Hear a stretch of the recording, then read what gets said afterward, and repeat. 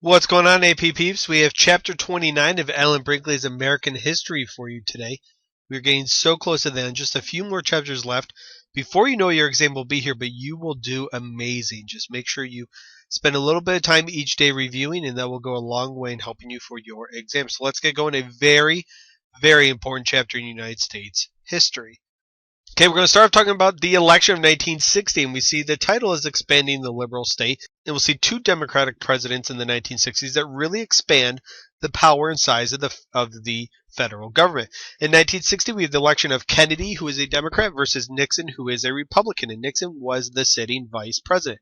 It's important to know that TV played a very important role in this election.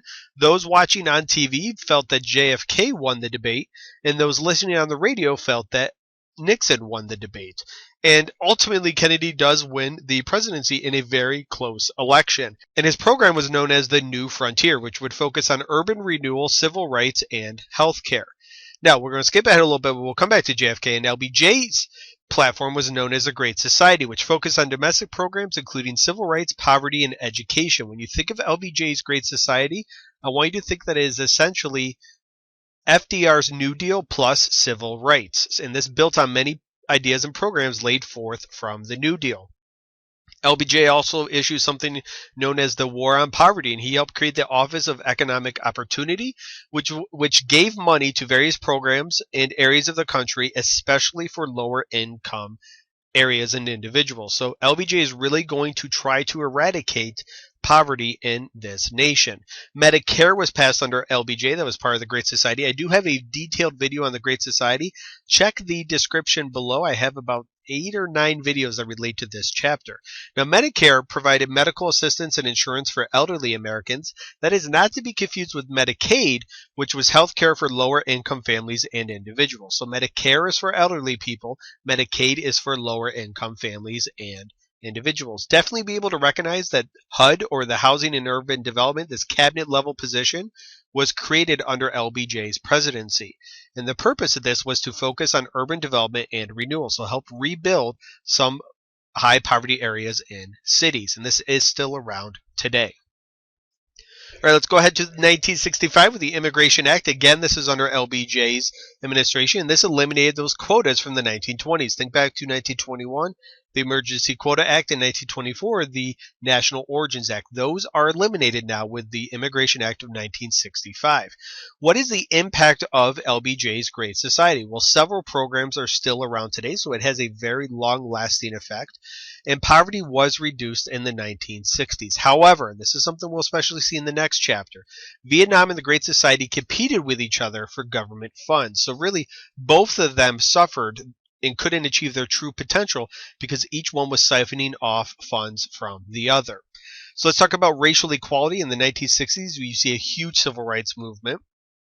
In Greensboro, North Carolina, in February of 1960, we have the famous sit that happens at a Woolworths, at a lunch counter at a Woolworths. So 4 young black students refused to leave a white-only counter, and this inspired many sit-ins across the country, including wade-ins, which dealt with segregated beaches, bowl-ins, which dealt with segregated bowling alleys, and kneel-ins, which dealt with segregated churches as well.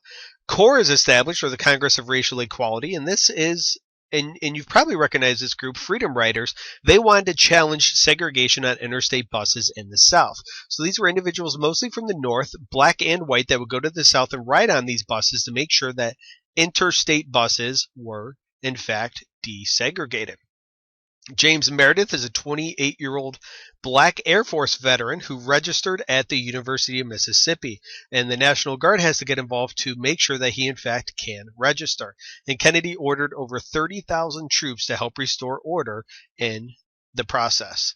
Eugene Bull Connor is a police commissioner in Alabama that you should be familiar with, and he used fire hoses and dogs to break up protests, especially on young children, even as young as 14, 15 years old. And what's important, let me just go back to Eugene really quick. What's important to know about Eugene is that TV stations were filming these attacks on the protesters, and it really made him look bad and the police and fire department for spraying hoses and using attack dogs on these protesters. So TV plays a very instrumental role in the civil rights movement. Martin Luther King is arrested in the early 1960s, and he writes a very famous piece of writing called Letter from a Birmingham Jail. And he drew on Thoreau's and Gandhi's ideas of civil disobedience, and he encouraged people to in fact break laws that were unjust. Absolutely, positively no Letter from a Birmingham Jail. Very, very frequently tested topic. Governor George Wallace vowed to avoid desegregation at his alma mater, the University of Alabama, and you can see him standing in the center here. He pledged to stand in and not let African American students enter the school. He eventually steps aside and lets them after giving a short speech. Now, all these things are going on in the South, and this helped Kennedy realize that he can no longer negotiate on the issue of civil rights. So he begins to actively campaign on behalf of civil rights. On August 28th, 1963, Martin Luther King gives his very famous I Have a Dream speech from Washington, D.C., and in 1964, after Kennedy's death, we see some of these ideas that he began to champion for come to fruition under the presidency of LBJ, including the Civil Rights Act of 1964, which guaranteed equal access to public accommodations, and the government would be able to cut off funds if discrimination continued to occur. The Voting Rights Act of 1965 was a huge boost for African Americans, and this allowed the federal government to register voters, and it eliminated literacy tests for voting. So this got rid of some of the failures of Reconstruction that did not protect African Americans. And additionally, the 24th Amendment is another boost for African Americans. This eliminated poll taxes. So two major obstacles, literacy tests and poll taxes, are now removed that did not allow African Americans to vote. All right, let's talk about two ideas here. We have de jure discrimination, which is discrimination by laws. Those become illegal in the 1960s. However, there's something known as de facto discrimination, which is discrimination by custom and tradition. This is a little harder to eradicate or eliminate. In 1965, in a predominantly black area of Los Angeles, known as Watts, there was the Watts Riot. This was a 6-day riot in August in which 30 people died, and other racial riots occurred in other cities as well. And this started due to police brutality on African Americans. In the 1960s, when it comes to civil rights, you see the growth of the Black Power movement, which was a movement, according to your book, this is a great quote, away from interracial cooperation and toward increased awareness of racial distinctiveness. It's very important to know that this draws inspiration from Marcus Garvey in the 1920s. Please remember that the Black Power movement draws on ideas from Marcus Garvey in the 1920s. The Student Nonviolent Coordinating Committee, also known as SNCC, was formed, and later on, under the leadership of this guy, Stokely Carmichael, SNCC begins to focus on Black Power. Definitely be able to recognize that name, Stokely Carmichael.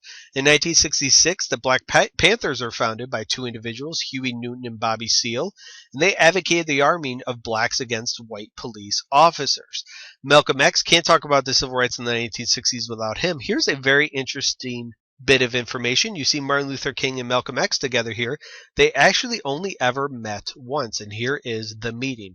But Malcolm X advocated black revolution and black separatism, so his ideas were, in the beginning at least, kind of like the Black Panthers, and he appealed to many frustrated African Americans, and sadly, he was assassinated in February of 1965.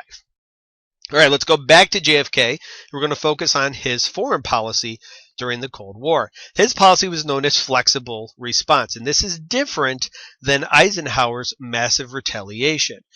Kennedy developed a plan to find new ways of combating the Cold War. So this was more of a focus on covert operations and not necessarily building up the military with lots of atomic weapons. So you see a lot more use of the CIA under Kennedy, and also the Green Berets they developed under JFK, which is a group of highly trained military officials.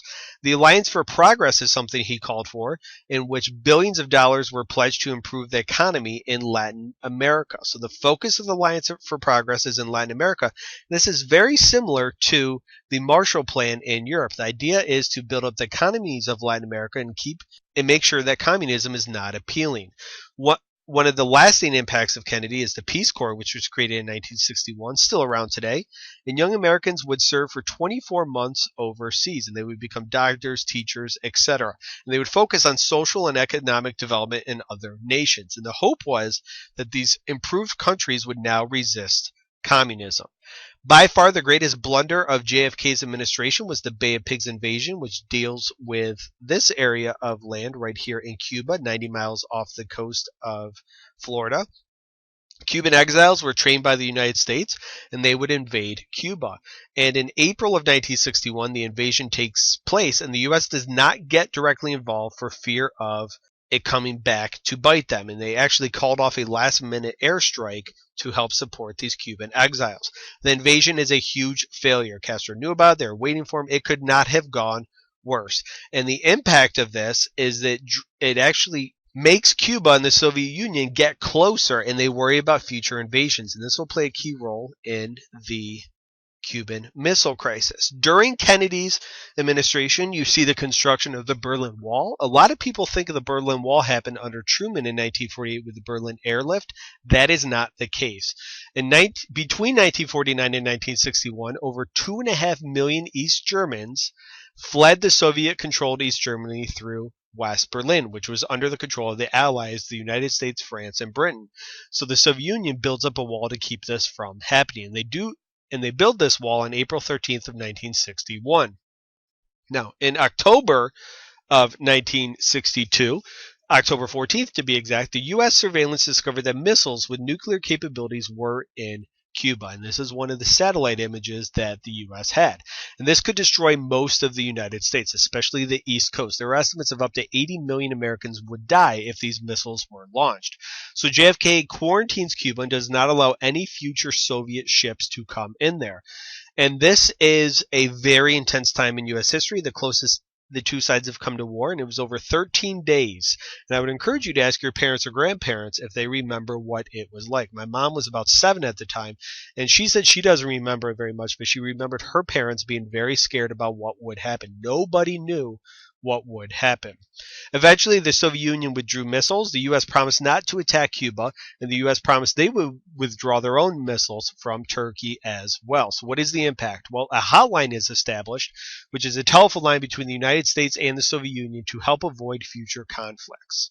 We're going to go to Vietnam, and we'll finish up with Vietnam in the next chapter, but I do have a video on the Vietnam War as well.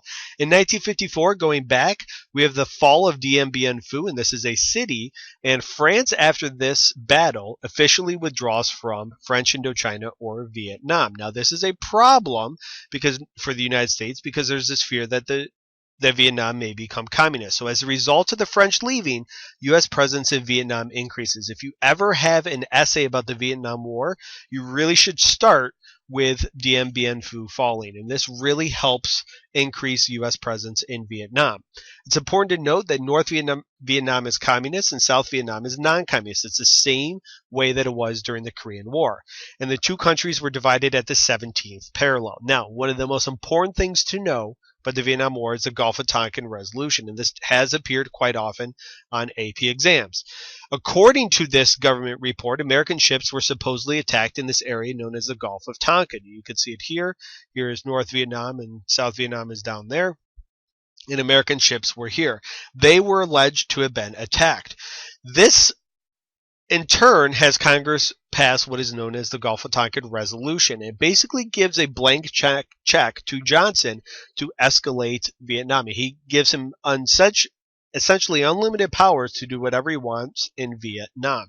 This is an increase of presidential powers during war. All right, we're going to talk about 1968. Lots of stuff happens in 1968, a very important year. It's known as the Year of Shocks. To start off the year, we have the Tet Offensive, which happens in January. This is the Vietnamese New Year. This is kind of a surprise attack by the North Vietnamese on the South. And although the United States and the South eventually win, what's really important to know is this is a turning point in the war, because after this, many Americans begin to protest the Vietnam War even more. They begin to look at the Vietnam War as if it is unwinnable. Johnson sees his popularity decrease quite a bit during this time, announces that he will not run for re-election in 1968. We have two very famous assassinations in 1968. The first one on April 4th is Martin Luther King Jr., and riots broke out across the country as a result of this. And on June 6th of that same year, Robert F. Kennedy, JFK's brother and future hopeful contender for the Democratic Party, was assassinated as well. At the Democratic Convention in 1968, there are lots of protests outside over the Vietnam War, and the police and demonstrators end up clashing. Very important to know, in 1968 at the Democratic Convention, there were riots outside and the police and protesters clashed. In the election of 1968, George Wallace, that guy that was standing in front of the University of Alabama, he runs as a third-party candidate. He ran on segregation, anti-Great Society, and an anti-protesting platform. He talked about wanting to increase the U.S. involvement in Vietnam and bomb Vietnam back to the Stone Age. Richard Nixon campaigned on peace with honor, saying that he would be able to withdraw the United States from Vietnam and do so honorably. And Nixon ends up defeating the Democrat Hubert Humphrey 301 to 198. And it's important to know one of the reasons why Nixon won. He did not win a majority of the popular vote. One of the reasons he was able to win was because George Wallace won a couple of those states in the South as a third-party candidate that normally would have voted for the Democrats. Please note the election of 1968, it does appear quite often. So let's do a quick recap. No, the Great Society, Medicare, and Medicaid, that was all part of LBJ's program, which was the New Deal plus civil rights. Definitely be familiar with sit-ins as a form of segregation protest. James Meredith was that African-American who wanted to get into the University of Mississippi. The Civil Rights Act of 1964, know what that does. Know what the Voting Rights Act of 1965 does as well. And the 24th Amendment. Absolutely no letter from a Birmingham jail and how that drew on ideas from Gandhi and Henry David Thoreau, and definitely be able to understand the difference between flexible response, JFK's foreign policy, and massive retaliation under Eisenhower. The Bay of Pigs was a huge failure for JFK and led to increased tensions between the United States and the Soviet Union, which is exemplified in the Cuban Missile Crisis of October of 1962. And absolutely positively, probably the most important thing on this slide for multiple choice is the Gulf of Tonkin Resolution, increased powers of the presidency. And the Tet Offensive was a turning point in the war because more Americans began to protest after this battle. And George Wallace, again, was that third-party candidate in 1968 who helped allow Nixon to win because he took away votes from Hubert Humphrey. All right, thank you very much for watching. Hopefully I was able to clarify lots of stuff in Chapter 29. Please take a moment and subscribe to my channel if you have not already. If you found this video helpful, please hit the like button. You'll see down here LBJ is giving something known as the Johnson treatment to somebody. If you want to know more about the Johnson treatment, check out the presidency, my video on the presidency of LBJ. If you guys have any questions or comments, let me know. I appreciate you watching. Thank you very much and have a good day.